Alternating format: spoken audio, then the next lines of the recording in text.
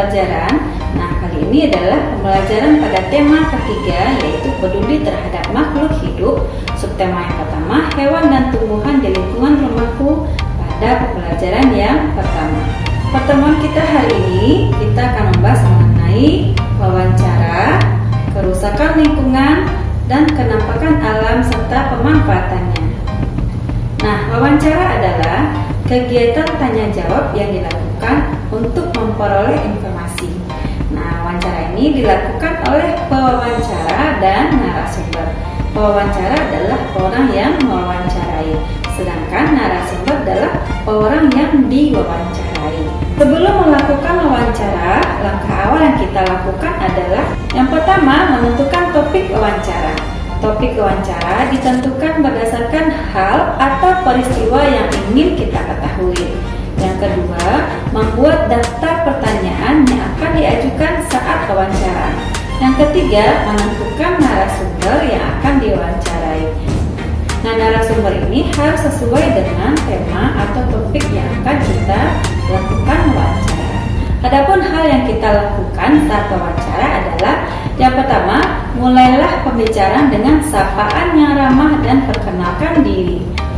Yang kedua, ajukanlah pertanyaan dengan jelas dan menggunakan bahasa yang santun. Yang ketiga, catatlah jawaban yang dijelaskan oleh narasumber. Sedangkan yang keempat, akhiri wawancara dengan perasaan yang baik dan menyenangkan.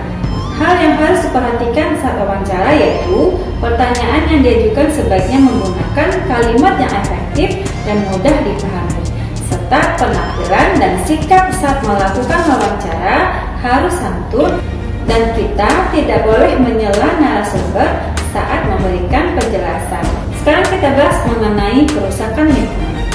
Manusia memiliki berbagai jenis kebutuhan, baik itu kebutuhan primer atau pokok maupun kebutuhan sekunder atau tambahan. Nah, dalam memenuhi kebutuhannya itu, manusia memanfaatkan sumber daya alam yang tersedia.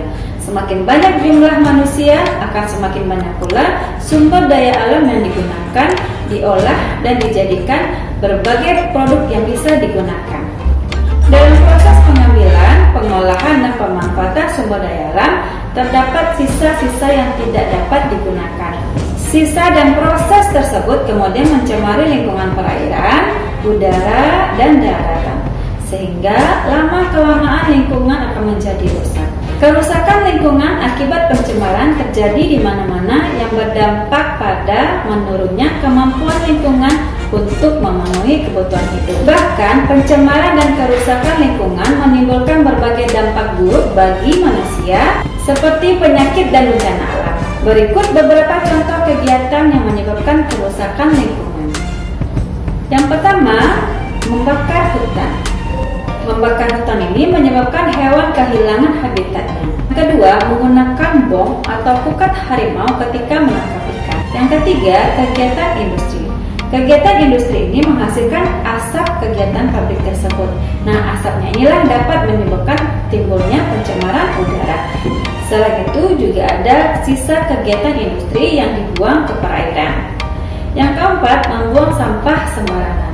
Membuang sampah sembarangan ini sangat berdampak buruk terhadap lingkungan karena dapat menimbulkan sumber penyakit. Yang kelima, menebang hutan secara liar.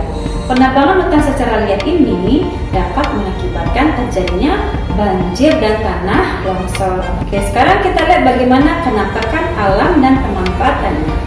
Kenampakan alam adalah segala sesuatu yang ada di alam yang merupakan hasil dari peristiwa alam dan bukan dari akibat aktivitas manusia.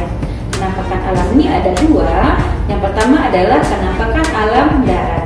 Kenampakan alam darat ini berupa dataran tinggi, dataran rendah, pegunungan, lembah, tanjung, semenanjung, dan lain sebagainya.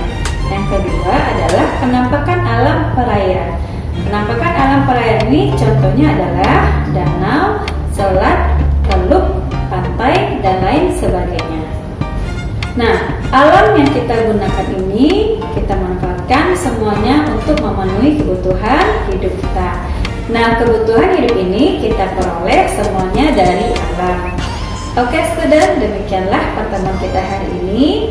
Jangan lupa pelajari lagi pelajarannya di rumah ya. Terima kasih atas perhatiannya. Sampai jumpa pada pembelajaran berikutnya.